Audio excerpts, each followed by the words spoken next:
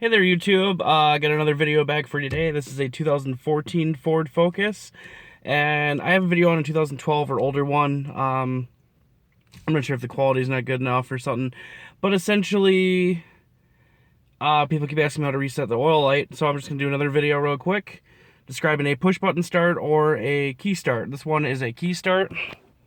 So obviously, right here, we're going to turn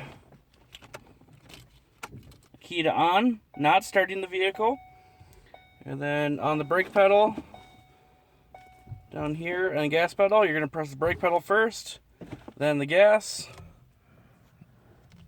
You see in the dash display, service oil reset in progress. You just continue holding the pedals.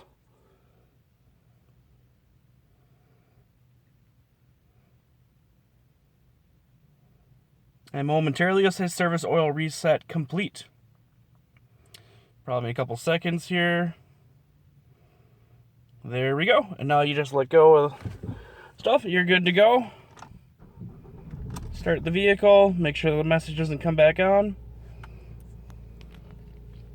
And it's as easy as that. Now, if you have a push button start, that's where things change a little bit. Essentially, you're going to have the push button. Now, the push button, you're going to have to, it wants you to hold the brake to start. So what you're going to do is you're going to hit the push button once, then hit it again, and then it'll display and come up into, cycle on mode. And then, without holding the button or anything, then you do the brake pedal and gas, and then it'll reset. And then you just do it as normal, because on the push buttons, if you touch the brake and hit the button, it's going to start the car. You can't reset the oil life that way in this car.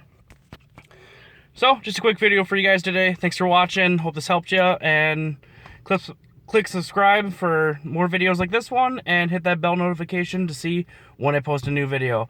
Thanks for watching, guys.